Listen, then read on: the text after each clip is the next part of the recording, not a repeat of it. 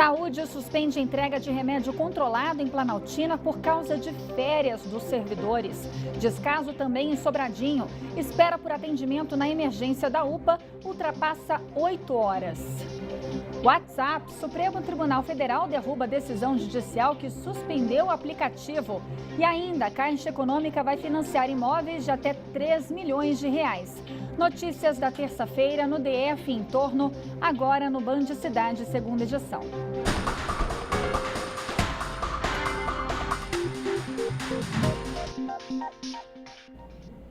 Olá, boa noite. A gente começa a edição dessa noite com mais um descaso na saúde pública. Pacientes de Planaltina que precisam tomar Gardenal, um remédio usado para controlar crises epiléticas, estão há quase 2 meses sem receber o medicamento. O motivo? Os farmacêuticos dos 3 postos de saúde da cidade estão de férias e atestado médico. Isso mesmo, os pacientes correm risco de ter crises sérias por problemas burocráticos. Com a receita na mão, as indas e vindas de Ana Maria às unidades de saúde da região têm sido em vão. Ela toma remédio controlado há mais de 40 anos e diz que os medicamentos deveriam ser entregues nos postos de saúde de Planaltina. Mas desde o final de maio, eles não são distribuídos. Desde que lançaram as farmácias populares, os postos estão estão lançando pouco remédio controlado nos postos de saúde. Para deixar a situação ainda mais complicada, 2 farmacêuticos estão de atestado médico e outros 2 estão de férias. O Odilon acredita que isso só piora a situação para quem precisa dos remédios da rede pública. Desde o início deste mês, ele não consegue pegar uma medicação para a mulher dele. Vim buscar o remédio e tem um remédio, mas não tem quem entregue. E faz só depois do dia 1º. Planaltina tem 1.800 habitantes e apenas 3 postos de saúde. Complicado, hein? A Secretaria de Saúde informou que não vai remanejar farmacêuticos para os postos de Planaltina. E o pior, disse que os pacientes que usam o Gardenal terão que esperar a volta dos funcionários porque o medicamento só pode ser entregue por eles. Já quem precisa do remédio carbamazepina, também de uso controlado, pode procurar os centros de saúde 1 e 2, a Clínica da Família ou outras unidades de atenção primária de Sobradinho para retirada do medicamento. Mais problemas na saúde. A falta de médicos na rede pública já virou rotina. Com apenas um médico na emergência, pacientes da UPA de Sobradinho aguardam mais de 8 horas para serem atendidos. Já no hospital de Ceilândia, o problema é o alojamento improvisado dos trabalhadores da limpeza e da vigilância. Eles denunciam que o local está infestado de ratos e ainda há risco de incêndio por causa das instalações elétricas improvisadas. Gambiarras, entulhos, muita sujeira e barracos. O que isso lembra? Tudo menos um hospital, não é mesmo? Porém, esta é a realidade dos trabalhadores terceirizados do Hospital Regional de Ceilândia há mais de 1 ano. É um local sem conforto nenhum, no madeirite, com muito mofo. Na época da chuva chove para todo canto, entra rato, tem hora que eles estão lá, as ratazanas entram. Entendeu? Sem contar que é um banheiro para todos os 100 e poucos trabalhadores usarem. Eles almoçam mais do lado de fora, debaixo das árvores. A hora que estão almoçando é a ventania, é a poeira em cima da comida. Então é uma situação crítica. Por conta dessa situação, muitos já contraíram doenças respiratórias devido à sujeira e o mofo das paredes do local, que é de madeirite. E para piorar, as obras de reforma do ambiente de convivência deles estão paradas há mais de 4 meses. Eu tenho um documento que a gente enviou ao administrador do hospital, onde ele diz por falta de material, mas que até o final do 1º semestre estaria entregando. Iniciou o 2º e as obras continuam e não tem nenhuma resposta. E se os vigilantes têm que conviver com esse descaso, os pacientes continuam enfrentando um velho problema, a demora no atendimento. Desde a semana passada que eu tento atendimento no Hospital de Ceilândia, só que não consigo, eu faço a ficha, mas não sou atendida. E demora muito, eu tenho que ir embora, porque não atende. E essa é a realidade de uma ponta a outra de quem precisa da rede pública de saúde no Distrito Federal. Nessa segunda-feira, nossa equipe esteve na UPA de Sobradinho 2 e por lá não faltaram reclamações. Você vem de manhã não consegue ser atendido, você vem à tarde passando mal, eu cheguei aqui passando mal, eu não estou aguentando a dor de cabeça. Chega aqui, ele me coloca essa pulseira aqui, horário mais próximo, 10 horas da noite. Isso não existe, não é possível uma coisa dessa, né? Unidade, pouquíssimo atendimento. É isso que poderia ter colocado o nome aqui, para falar a verdade. Sistema precário, né? Ruim para quem trabalha, ruim para a população que precisa ser atendida. A Secretaria de Saúde não informou quantos médicos estavam de plantão ontem na UPA de Sobradinho. Sobre a falta de infraestrutura no alojamento do Hospital de Ceilândia, a Secretaria disse que o local é provisório e que uma nova área já foi construída na entrada da unidade. O acabamento da obra começou hoje. A previsão é que os reparos fiquem prontos em até 15 dias e nós vamos ficar de olho. O Ministério Público vai notificar o vice-governador Renato Santana, a presidente do Sindisaúde, Marli Rodrigues, e o ex-secretário de Saúde, Fábio Gondim, sobre o suposto esquema de propina no GDF. A Câmara Legislativa também quer ouvir os envolvidos no caso. Mais cedo, a CPI da Saúde definiu o calendário de trabalho nos próximos dias. Veja. A CPI da Câmara Legislativa, que investiga denúncias de corrupção na saúde pública do DF, vai ouvir o vice-governador Renato Santana e a presidente do Sindisaúde, Marli Rodrigues, na próxima quinta-feira. Marli é autora das gravações que mostram que o vice-governador sabia do pagamento de propina em contratos da Secretaria de Saúde. Eu autorizei, mas o assunto chegou para mim, eu me sinto, seria um escroto não falar. Está desse nível, tá desse nível aí? Então você tem que perguntar para ele se ele autorizou 30% de propina. Você tem conhecimento disso? A fazenda. A propina corre solta ali. Se você conhece 10%, propina 30%. É 30%. E tem muita gente envolvida nessa história. Eu estou falando da saúde agora. Se partir para outros locais que a gente também conseguiu identificar, você vai encontrar muitas coisas mais. Entendeu? Os deputados da CPI aceitaram o pedido da presidente do Sindisaúde para que seja ouvida em reunião secreta, somente com a presença dos parlamentares. A comissão também vai ouvir outras pessoas citadas nos diálogos: o ex-secretário de Saúde, Fábio Gondim, e o subsecretário da pasta, Marcelo Nóbrega. O presidente da CPI, deputado Wellington Luiz, informou que esses depoimentos devem ficar para agosto, quando os distritais terão mais informações sobre as denúncias. Depois do vazamento dos áudios, os parlamentares foram convocados para trabalhar durante as férias sem direito à verba indenizatória.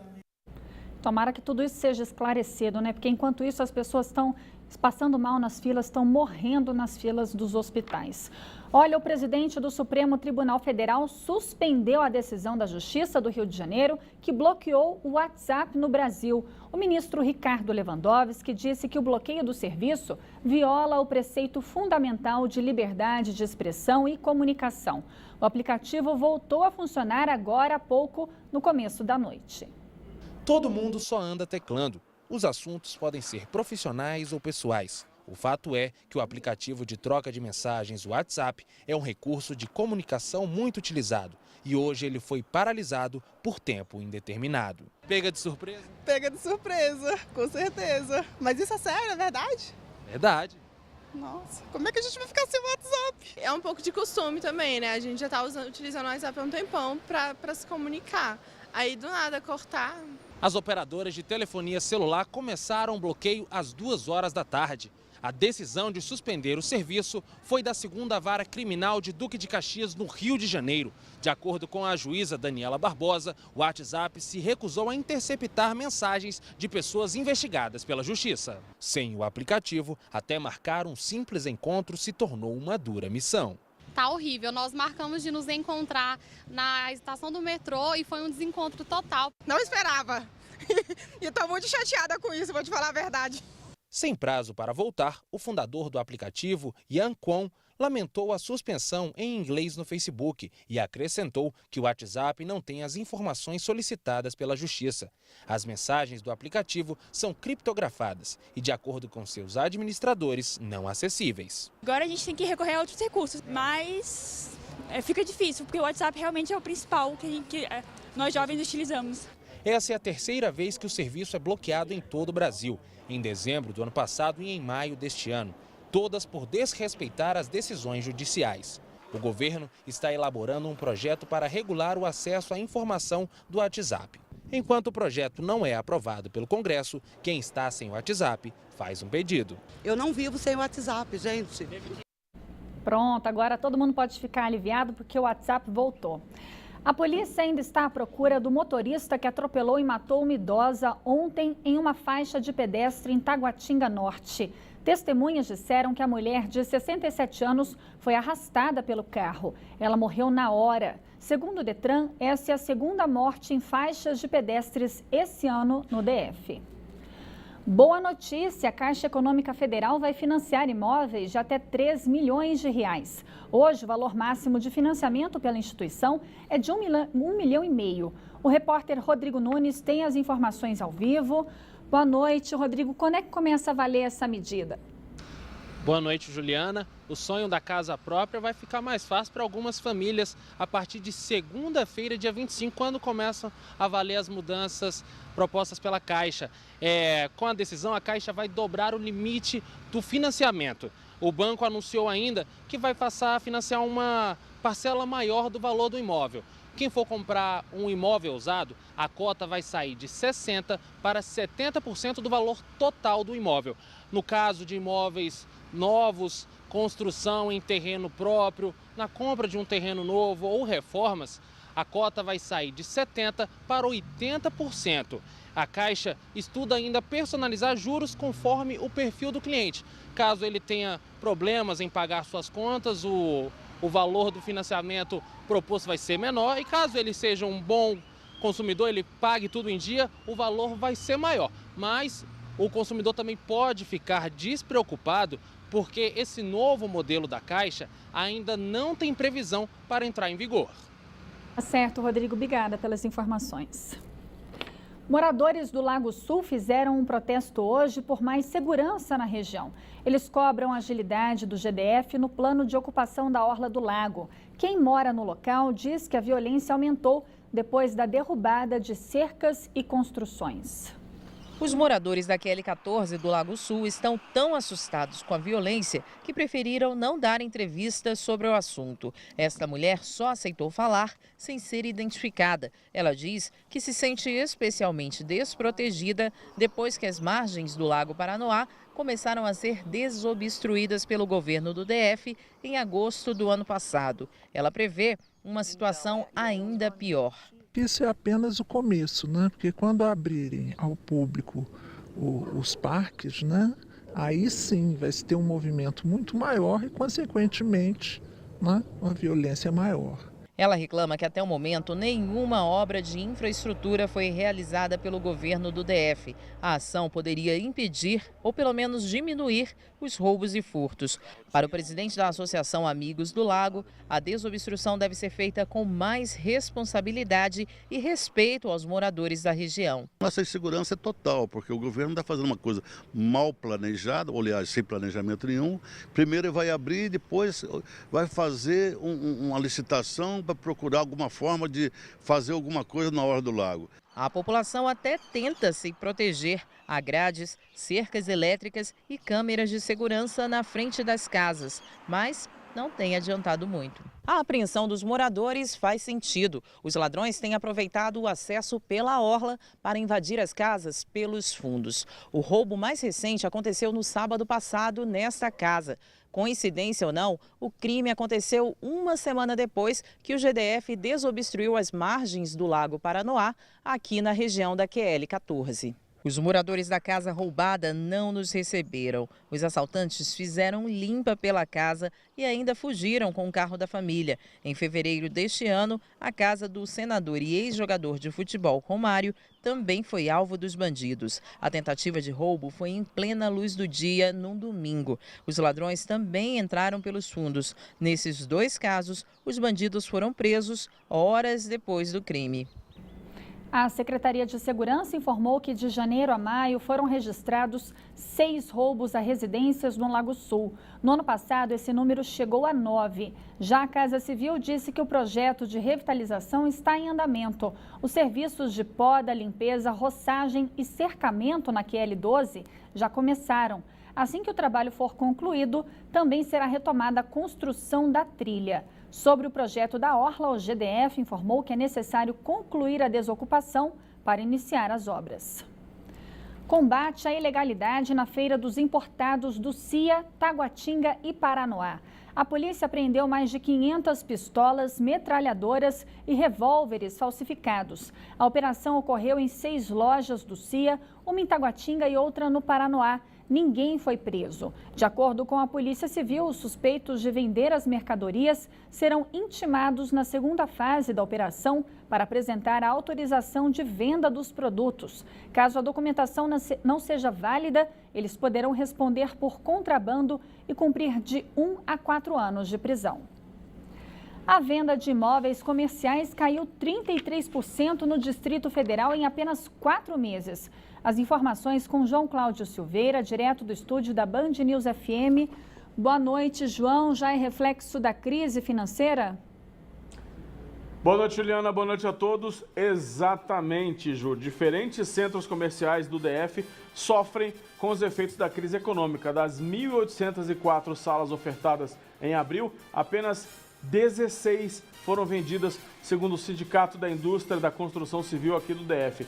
Quem caminha por áreas como setor comercial, W3, Galeria dos Estados, percebe a grande quantidade de lojas fechadas. No último estudo da FEComércio, o Distrito Federal eram mais de 2.200 unidades sem funcionar. Em alguns edifícios, andares inteiros estão vagos à espera de interessados para o aluguel. Alguns condomínios oferecem, inclusive, desconto para o aluguel das vagas na garagem devido à baixa procura. A redução nas vendas nos setores de comércio e serviços em maio é de 1,72%, segundo a pesquisa conjuntural de micro e pequenas empresas do DF, realizada pelo Instituto FEComércio, com apoio do Sebrae.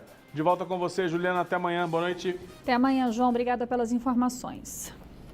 E atenção, motoristas, agora é para valer. Quem andar com o farol desligado, mesmo durante o dia, em pistas como o Eixão, vai ser multado. A colher de chá do governo foi só até ontem, viu?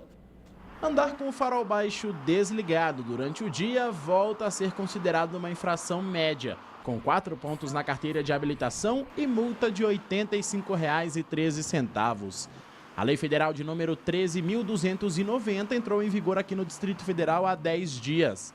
Neste período, mais de 5.000 multas foram aplicadas nas rodovias que cortam a capital.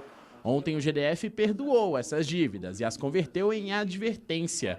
O Departamento de Estradas de Rodagem entendeu a necessidade de alertar antes de distribuir as infrações. Tomamos essa decisão a partir do caráter educativo do nosso Código de Trânsito Brasileiro, invocando o artigo 267, que autoriza que a autoridade de trânsito pode, em determinadas circunstâncias, fazer com que aquelas infrações de grau médio ou leve sejam transformadas em advertência por escrito.